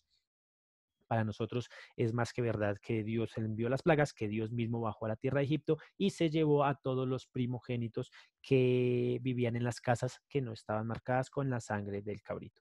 Digamos que esta ya fue la gota que rebosó el vaso. El faraón, asustado por todo esto, le dice a Moisés que agarre a sus hijos, es decir, a su pueblo, perdón, y se vayan de Egipto. No quieren saber nada de los israelitas más, pues a raíz de todas estas, a todas estas plagas, y Moisés coge a todo el pueblo egipcio, a todo el pueblo hebreo, perdón, y salen de Egipto, iniciando lo que conocemos como el Éxodo. Esto lo estamos viendo en el libro del Éxodo, en el libro de Shemot, de la Torah. Shemot significa nombres, porque así inicia el libro con los nombres de todas las tribus de Israel. Y Moisés, Moshe lidera a su pueblo, al pueblo judío, con la salida de Egipto. La travesía, la Torah nos dice que había 600,000 familias, otros consideran que los 600.000 no eran familias, sino que, como lo veremos más adelante, los censos casi siempre se hacían bajo el número de los hombres aptos para la guerra, entonces que eran 600.000, pero hombres los que salieron y que con sus familias y con sus hijos podían sumar aproximadamente más de 1, 2 o 3 millones de personas. Muchos historiadores de nuevo vuelven a quitarle o vuelven a restarle importancia al relato bíblico diciendo que 3 millones de personas marchando ordenadamente por el desierto, pues ocuparían casi prácticamente toda la península del Sinaí, entonces no sería tan difícil, digamos, para los egipcios de recapturarlos o tan fácil para los israelitas llegar a la tierra prometida digamos que en un tiempo tan corto, porque efectivamente vagaron 40 años por el desierto, pero ya más adelante lo veremos, vagaron 40 años por hablar mal de la tierra de Israel, no porque se hayan querido demorar los 40 años. Entonces, la Torah nos narra 600.000 almas que salen de la esclavitud de Egipto, atraviesan el desierto de la Sinaí, atraviesan pues la parte del desierto en Egipto, dirigiéndose hacia la tierra prometida, la tierra de Canaán. Pasados 3 días después de que los israelitas salen de la tierra de Egipto, el faraón cambia de opinión, dice como que no, no estuvo bien, no voy a permitir que esta gente se me vaya, varias razones, quién va a ser mis esclavos, quiénes va a construir, o sea, no puede ser, no pueda mostrar debilidad ante un pueblo esclavo y sale en persecución de los hebreos a través del desierto egipcio y va a dar con ellos a las costas del Mar Rojo. Y ya veremos entonces la próxima clase cómo Dios abre el mar para que el pueblo hebreo, el pueblo hebreo pase a través del mar y, logre entrar ya a la península del Sinaí y empezar su camino hacia la tierra prometida. Esa es entonces la parte de la historia del pueblo judío con respecto al espacio temporal que tenemos hoy. Hablamos entonces ya de los griegos, ya hemos hablado de los egipcios, de los babilonios, y ya en la próxima clase veremos entonces o empezaremos a ver más profundamente qué pasó en la Mesopotamia con, con los demás pueblos que quedaron allí después como lo habíamos hablado anteriormente, después de la desaparición del imperio paleo-babilónico. Y seguiremos hablando también de lo que le va a pasar al pueblo de Israel, iniciado una vez el éxodo a través del desierto, con camino, con dirección a la Tierra Santa. Hoy vamos a dejar hasta acá, hoy vamos a dejar hasta el momento de la salida de los israelitas. Estamos hablando aproximadamente del año 1446 antes de la Edad Común. Los historiadores lo fechan el éxodo en esta fecha, pues valga la redundancia. Y pues acabamos, o yo creo que hoy terminamos con este ciclo o con este espacio de tiempo que va desde los inicios de la civilización en el año 10.000, antes de la Edad Común aproximadamente, hasta el año 1400 o el año 1500, que es como el año en el que estamos, en el que hemos visto cómo surgió el nuevo imperio egipcio, cómo se cayó o cómo fue destruido el imperio paleobabilónico y cómo también se cayó o se extinguió, por decirlo así, las primeras civilizaciones griegas de los minoicos y los micénicos. Ya la próxima clase entonces veremos como tal el éxodo. Igual esta historia va a ser un poquito más sencilla, un poquito más rápida, no va a tener tantas complicaciones. Pero ya más adelante cuando veamos o cuando dejemos la Torá de un lado y empecemos a hablar ya sobre el libro de los profetas, sobre Josué, sobre el libro de los reyes, crónicas, jueces, todo eso, entonces ya veremos que se vuelve un poquito, deja de ser tan rápido y tan sencillo como hemos visto estos días y se empieza a volver un poquito más complicado y más denso. Y listo, este fue todo por hoy. Esta es la clasecita de hoy. No sé si tienen preguntas, dudas, comentarios. Uri, yo sí quisiera como comentar algo. Claro, Robert, cuéntame. Uri, eh, otra cosita, en algún momento comentó sobre como las similitudes que habían entre la cultura de Grecia y el texto de la Torá. Sí, Yo en alguna ocasión vi en un programa en Nacido que hablaban de un nombre en la cultura griega que se llama Deucalión, se llama Deucalión. ¿Cómo se llama, Decían perdón? que Deucalión, Ah, ok, ya. Deucalión, decían que Deucalión significa décimo hombre, pero yo no sé la producción del canal de dónde sacó eso, porque yo he pues averiguado, pero en ningún lado que encuentro que signifique décimo hombre, Sí, significa es dulce. Lo sí, que sí es cierto y que sí es corroborable, eso está, digamos, en muchas fuentes en internet, es que dicen que Zeus provocó un diluvio ok, y que Deucalión construyó un barco y entró ahí con su esposa y fueron los únicos que se salvaron del diluvio. ok, Que sí, Zeus provocó el diluvio también como para acabar con pues con una estirpe de gente ahí como mala. sí, Entonces, y obvio, es fuerte la similitud con el texto de la Torah, ¿no? Con lo que narra claro, la Torah. sí, Eh, pues yo pienso que en algún momento nuestra fe puede ser un impedimento para conocer acerca de otras culturas, sí, tener como esta cultura general, ¿no?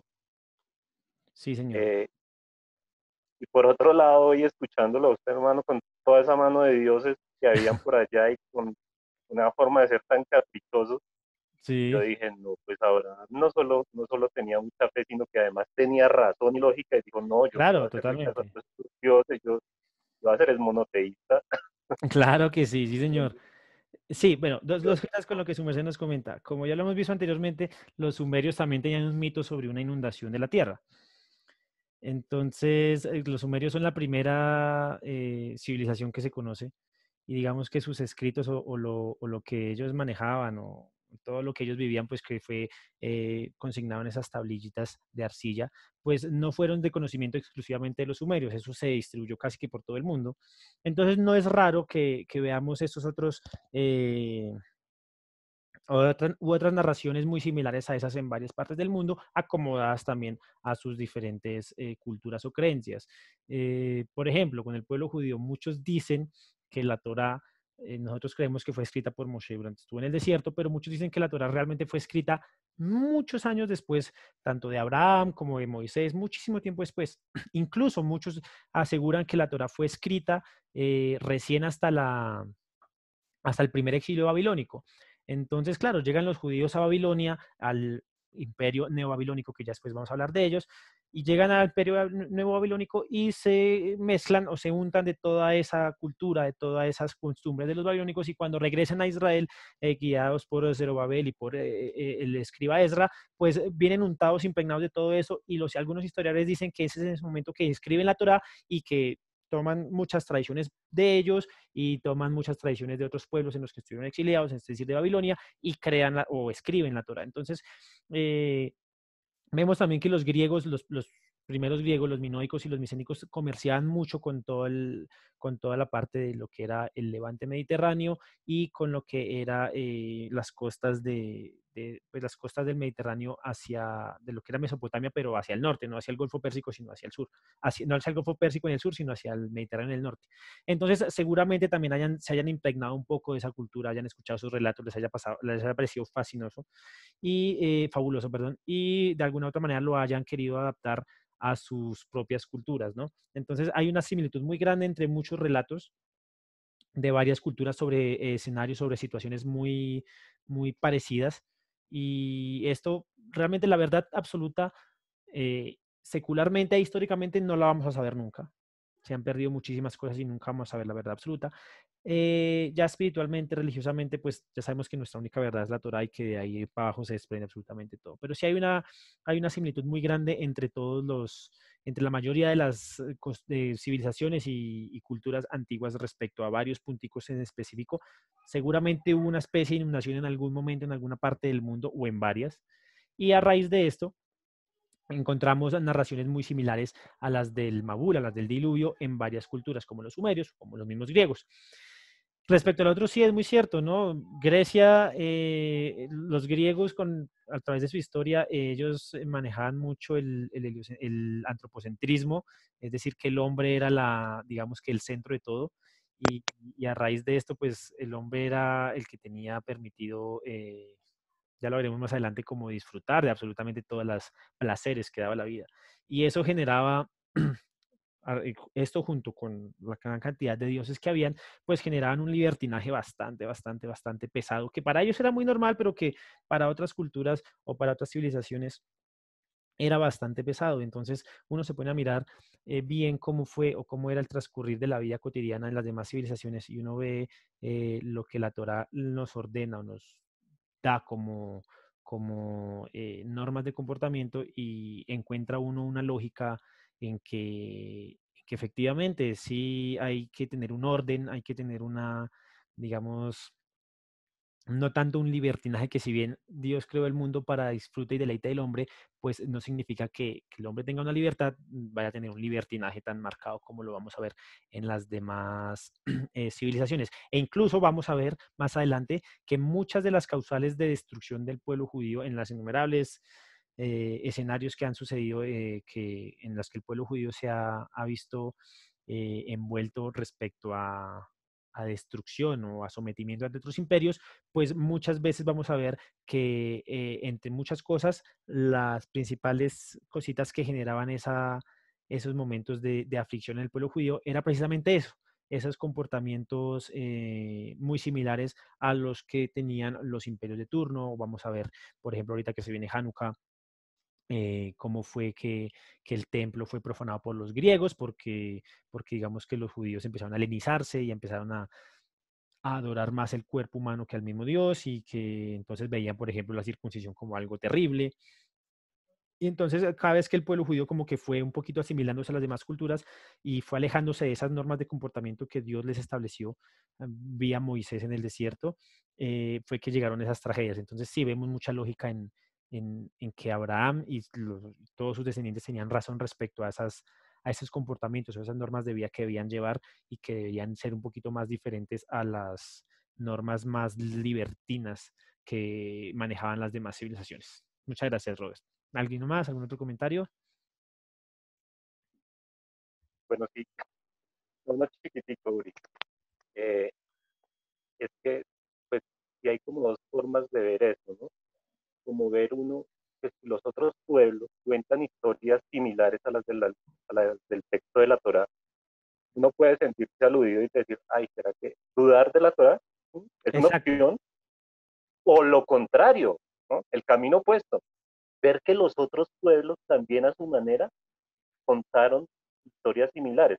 O sea que lo que está escrito en la Torá es es cierto. cierto. Exactamente, Y efectivamente los pasó. otros pueblos lo contaron como podían contarlo, Exacto. ¿no? Lo vieron y lo Y vivieron aquel a que su manera conozca y lo consignaron de la forma en la que ellos lo vivían, pero de que realmente de la tuvo que forma en que haber ellos lo pasado vieron. porque entre varias, o sea, que varias civilizaciones hablen sobre lo mismo significa que efectivamente tuvo que haber pasado.